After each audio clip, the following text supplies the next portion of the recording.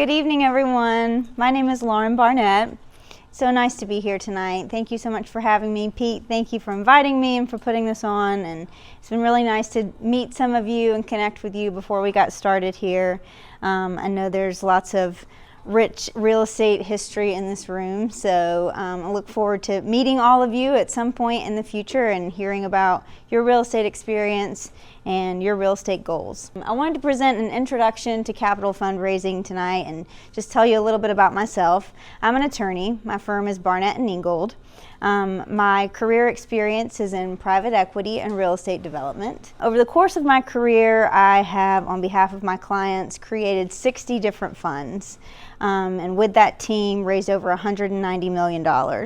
And the capital raised there went to fund investment in operating companies, the film and entertainment business, and real estate, both in acquisition and real estate development in the commercial and multifamily space, and even in some renewable energy initiatives. So I wanted to talk to you guys a little bit about how you might leverage your real estate experience to start to scale your real estate investing. And one of the ways you might think about doing that is through a private placement of equity. So raising capital under Regulation D of the Securities Act. So I don't know how familiar some of you are with that. Some of you may have even invested in funds like that before. You also may have just been using your own capital, or you and a friend or a business colleague or a family member, you've been pooling capital for your own investment, but you want to start to think about how to use other people's capital to further your real estate goals. So I'm going to talk a little bit about private placement of equity tonight, where an entity sells security interest, sells its membership interest in its unit, gives away part of that equity for that investment. And these would be unregistered securities, so restricted securities. They can't be resold on the open market. Someone can't come into your entity and 3 months later decide, hey, I want out of this deal, I'm going to sell this interest to my neighbor. These are restricted and can't be resold unless they fall under some exemption or are registered with the SEC. So what is Regulation D of the Securities Act? Regulation D is a rule that allows companies to raise capital from private investors without registering under the Securities Act. It's a cost-effective, streamlined approach for small firms, small businesses to access capital markets. So there's two different types of offerings under Reg D that I kind of want to talk to you guys about tonight. The first one is a Reg D 506B offering. These are allow issuers to raise an unlimited amount of capital from an unlimited number of accredited investors. And we'll talk a little bit about what accredited investors are in a moment. You guys may already know that definition. Some of you may be accredited investors, but some of you may not, so we'll kind of go over that. Issuers of a 506B offering can raise an unlimited amount of capital from an unlimited number of accredited investors and up to 35 non-accredited investors. Any non-accredited investors are assumed to be sophisticated investors that can evaluate the investment on the face of the document. General solicitation for this type of offering is not allowed, so think of this as like a friends and family offering. You know, like we talked about, maybe you've been using your own capital, or you and your business partner have been pooling, but you want to reach out to, you know, your cousin or your uncle or a really great friend of yours that's, you know, been very successful in business that might be interested in investing in real estate. So think of this as a friends and family offering. These are people in your network. This type of offering is well suited to real estate projects because it's cost effective and efficient. The other type of offering here under Regulation D that you might be familiar with is a 506C offering. These do allow for general solicitation, so you may have seen offerings like this on social media, or you might have gotten an email blast with this type of offering come to your email. These differ in that they are only allowed to be offered to accredited investors, and again, we'll go over who those people are, but it's limited to accredited investors only, and again, you can publicly advertise, and general solicitation is allowed. There's a little more administrative burden here because you have to provide your offering documents to the SEC 15 days before you solicit that first investment. And once someone makes a purchase of an investment in your entity, you have to disclose that to the SEC as well. So it's a little more cumbersome, there's a little more hair on it, But again, your pool is broader. Also here, the issuer, the offeror, must take reasonable steps to verify the investor's accreditation status. So what is an accredited investor?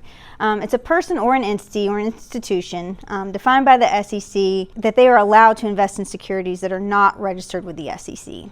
They're deemed financially sophisticated enough to understand the risks of the investment. So for an individual, the bright line test that the SEC puts forward to determine if you're an accredited investor is your income is $200,000 a year or $300,000 a year or more combined with your spouse for the previous 2 years, and then the current year you expect that same level of income. You have assets of $1 million or more, excluding your personal residence. You may carry some sort of specific license. You may be an investment advisor or a financial advisor having a Series 7, Series 65, Series 82 license, or be an institution like a bank or an insurance company. You know, you've got the financial experience and wherewithal to evaluate these types of investments. Additionally, entities can be accredited investors, but all equity members of the entity must be accredited investors individually, and the assets must be $5 million or greater. So talking a little bit about some of the advantages of that 506B offering, again, is just a reminder,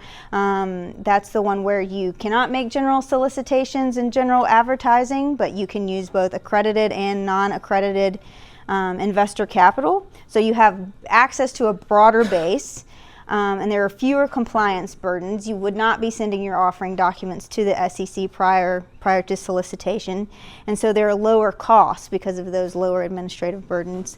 However, again, you can't make the public advertising, so it's limiting you to just that friends and family group and up to no more than 35 non-accredited investors. You also have to disclose financial information to your investors. The 506C, some advantages there. Again, that you can make those public advertisements so you have a larger pool of investors. As you start to think about how you might scale your investing, if you've kind of tapped out your friends and family resource, you've used all of that up so far with anything you've already worked on, this might be the best option for you, is casting that broader net. But like a lot of smaller scale investment, you have to think about the trust factor, and that you don't know who may be coming into your deal. So you really have to think about how you want this structured and who the right investor is for you. But these two rules can kind of guide you on one path or the other. Because you have the ability to advertise publicly, you can have a faster capital raise timeline. It can go a little faster than the 506B. You have more flexibility on the marketing. However, some of the disadvantages are, again, you're limited to just the accredited investor, so that higher threshold of income and assets and sophistication, and you do have that additional compliance burden of verifying their accreditation status and providing your documentation to the SEC. So once you kind of decide which avenue is best for you, start to think about who's in your network, how much money you're thinking of raising, have you tapped out those resources, do you need to look outside your own personal network? Once you've kind of decided which type of offering you want to make, then let's start talking about the steps to actually launch your offering. Let's get you out there, let's get you on the market. Reach out to your attorney, I hope that it's me, and let's get some offering documents prepared. And then you start marketing either to your friends and family network or to a broader audience, and get investors engaged in your project and what you're doing. And then finally get to the closing table, close the deal, and make sure, again, check in with your attorney, make sure that you are in compliance with all the SEC rules, you're filing your Form D, and you're not making any missteps or exposing yourself to risk there. So as far as the offering documents want to go, a lot of times people want to know what that is, and mistakenly sometimes people think that that is sort of your marketing document. It's not really a good way to think about it. It's more of it's a protection for you, it's a risk disclosure, and it's going to outline the terms of your investment. So initially we would talk about entity formation and registration. There's sort of a couple of options there. Do you want to recapitalize a company that you're already doing business under? or do you want to start with a fresh entity? Some of the disadvantages of using an existing entity is that you're also exposing new investors to any sort of contract liability, real estate issues from previous deals, whatever may be there. But again, with a brand new entity, you don't have the operating history. So you kind of have to decide which way to go. We would put together an offering memorandum. To get you started, you may have also heard it called a private placement memorandum. And that can be anywhere from 20 to 100 pages. It's going to include all your necessary exhibits, financial information, risk disclosure, that kind of thing. And additionally, I could also draft an operating agreement, which is going to govern the fund itself. It's going to govern the entity you create, or maybe you're amending and restating an existing operating agreement because you're bringing new investors in. So, rights and responsibilities under the entity, profits, losses, distributions, all of that. And then of course, financial disclosure, if you have an existing entity, historical financial statements, if you're starting fresh with a brand new entity, pro forma ones. So kind of going down the list here of what's included in that offering memorandum, you'd have an executive summary. You'd talk about the entity itself, where it's registered, what its line of business is, who the management team is. Will it be you? Will you have a group of people that you bring in to manage? What's their experience level? Give some background on their careers, their education, the terms of the offering. How long will the offering be available?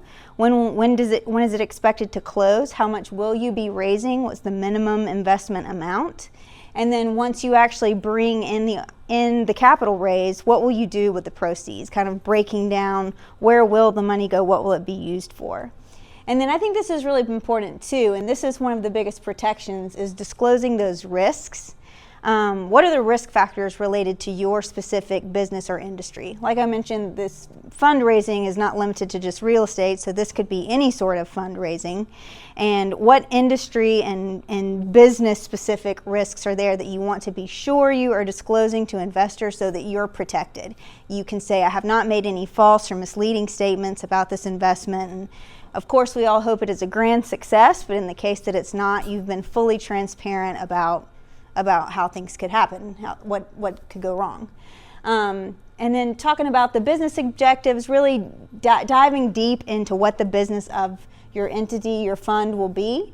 Legal documents like your subscription documents would allow investors to actually subscribe, purchase those units. It's the written piece of this document where they formally say, I want 5 units or 5%, or I'm investing $250,000, whatever the case may be. And then the investor questionnaire. Again, if you remember on the 506B, they can self-certify their investor accreditation status and say, yes, I have this net worth, I'm an accredited investor. You're going to have to independently verify that if it's a 506C. And then there will be some sort of marketing type things that you want to include as well, or things that kind of start to paint the picture about why it's an attractive investment, like site plan surveys, schematics, market studies to show why they should be investing in this particular project. So these are just a few tips I feel like I've seen of successful and versus unsuccessful capital raise endeavors over the years. Identify your ideal investors, and here's an example. Here's a real world example of what I can tell you, something that happened. We had an investment we put out, and there was a 10-year investment horizon, but the investor base was mostly 70 plus. They don't want a 10-year investment horizon. They don't know where they're going to be in 10 years. So, you have to think about your offering, what you're doing, and your investor base, and how to match those things up. Who's well suited here? Highlight your management team's success. Tout those success stories you've had in the past. Really describe those things. Even if you don't describe it in the offering document, maybe you have other examples of your work where you've had great success, or people that you're going to partner with have had great success. And showcase the value of the investment, potential returns, which people are always excited to see, and also the ways you will try to mitigate risk. Clearly communicate with your investors. Tell them what's going on. Tell them how the capital raise is going. Tell them when you expect to close. Tell them when you expect, development work to start, or whatever the case may be. Of course, consult with legal and accounting professionals. We are going to be your best friends during this process and sort of leading you and guiding you and making sure, you're protected, the entity is protected, you're in compliance with SEC rules, and your accountant is going to keep you in line with the tax code. Maybe you even have a CFO or a fractional CFO that's helping you with those return schedules and making sure the investors get what they're expecting as well. And leverage technology as available. If it is an offering that you can make publicly, leverage technology for the verification and the marketing piece as well.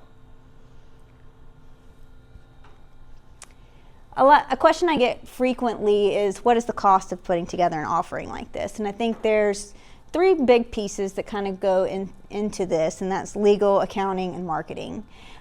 Each deal is different, so the costs are going to vary, but as a general rule, just sort of, you can expect to pay anywhere from $20,000 to $35,000 to get an offering fully put together, again, with all of those materials we talked about: your offering documents, the offering memorandum, the operating agreement, your entity formation, your subscription materials, that investor questionnaire, and then any compliance guidance you need as well.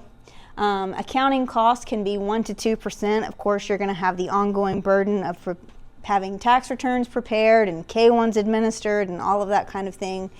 And additionally, you may receive additional support from your accountant. And then marketing, even if you're just marketing to friends and family, there's likely some expense there, taking people to lunch, setting up meetings, traveling, whatnot, but that can range anywhere from $5,000 to $50,000. And honestly, this is a very cost-effective approach. If you think about an IPO, if you think about a public offering, those typically cost 5 to 7% of the capital raise and can cost hundreds of thousands of dollars. So really, this is a very cost-effective way to use other people's money to continue your real estate investing. This is another common question. What's the average timeline for creating an offering? Depending on what kind of fund you might want to start or might be interested in, it may take 4 to 6 weeks of planning, deciding whether to recapitalize an existing entity, using a fresh one. What are your goals, and what duties will you perform under the operating agreement, and how can we get everything documented and papered and looking great before you're ready to go to market? It can take anywhere from 4 to 6 weeks, or even more if it's complex. And then fund investment timeline, I would say an average is 3 to 12 months to raise the capital. My firm offers additional support to fund and fund managers. Again, I'm Lauren Barnett. My firm is Barnett & Ingold. There's a slide coming up next with my website and some contact information. But of course, can help you with fund formation, kind of guiding you through that process. But additionally, again, I mentioned a little bit about it at the beginning. I have a long history in real estate development, so would be happy to help with any real estate acquisition and development needs. I've got lots of multifamily development experience. Have represented borrowers in real estate development deals, so real estate secured lending. And then as you start to grow and scale, more agreements, more contracts are coming across your desk. You may just need a keen, experienced eye to help negotiate those or walk you through those. So happy to offer any kind of fractional general counsel service as you grow. And then as your real estate portfolio builds, oftentimes estate planning needs change. My law partner, Ben Ingold, is licensed here in Georgia and in North Carolina, and handles our estate planning arm. So, that's something to think about too.